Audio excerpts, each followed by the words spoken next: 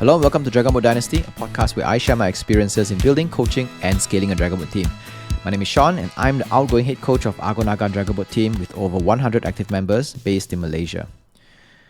This story is short, but it's very important for posterity's sake.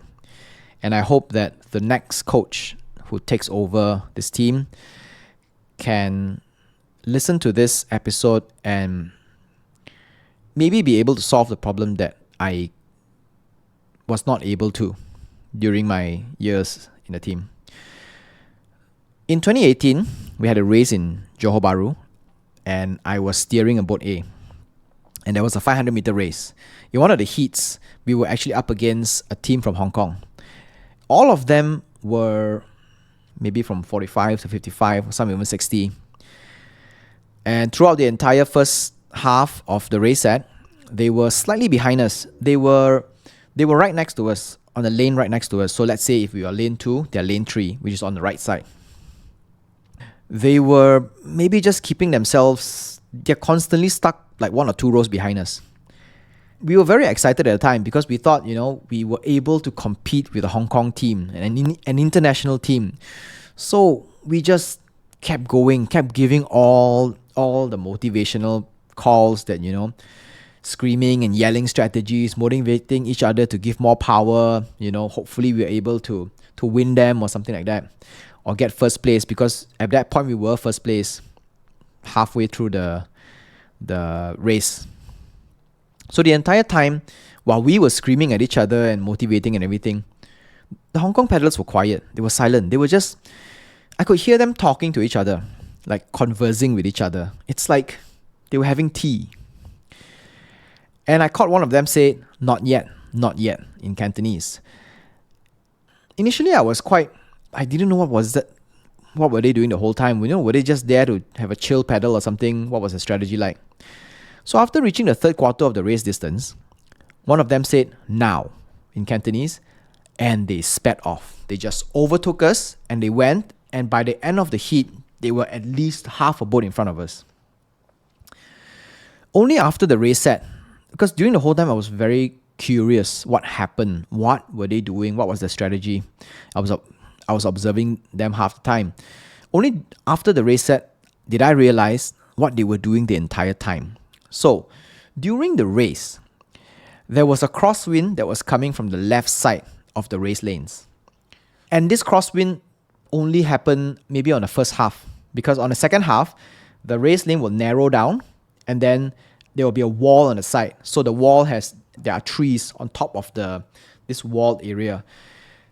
But before that, the river was a fork. So we were actually paddling through one corner of the fork into, I guess, the mouth of the river, or I don't really know how to explain the geography of it. But what happened was there was a crosswind coming from the left side. And they stayed next to us the entire time and used us as a wall to block the wind. And once they passed the crosswind section, they just effortlessly ramped up and overtook us, and they got first place by half a boat. All the while, we thought we had a chance. All the while, we were strategizing and communicating. We were screaming at each other, and we were like executing the strategy that was set before the race even started. All the while, they were making plans, communicating with each other, chatting with each other, and they were able to observe everything around them. We were screaming at each other, reminding each other to go deeper and pull harder and all those kind of fundamental basic stuff. I knew at that point how far we were from those teams. We didn't have the mental consciousness to go beyond our basic fundamentals like technique and strategy. And the strategies are set strategies that we create before even the race starts. We were not, I can safely say, like most of the time, even at this point of time now, at 2024, we still cannot create a strategy or tweak a strategy based on observations on the fly during the race set. We can't do that. We still can't do that. That is how bad we are at this. They were able to strategize on the fly just based on the observation. until today, we still can't be halfway as conscious as that Hong Kong team. If there was one thing I wish I could have taught the team before I stepped down, this is it.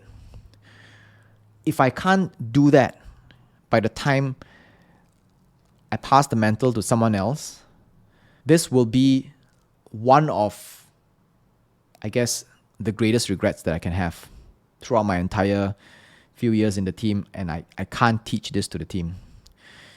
Because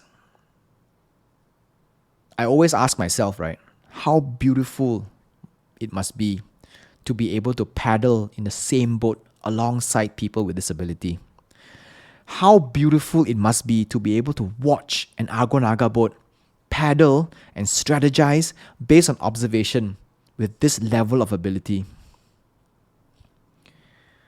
At this point, it's still a dream. But it is a dream today, like how gliding on maintenance used to be a dream in 2017 or 2018. So I think I'm fairly confident that one day we will be able to reach it, whether it's under my stewardship or the stewardship of another coach. We will be able to reach there. And I think this is one of those things that the team, especially the elites in the team, must push towards. Greater consciousness, greater awareness. At this point, I still don't know how to teach them how to do this yet. But maybe one day I will just have an epiphany and, be able to figure the whole thing out, like how we figured the glide out. Or maybe a new coach will come in and be able to carry on from what I'm doing and be able to, push further and find a new way and from a different perspective and finally be able to teach it to the team. But that's one of those most elusive goals. All right, that's all for this week. I'll see you in the next one. Bye.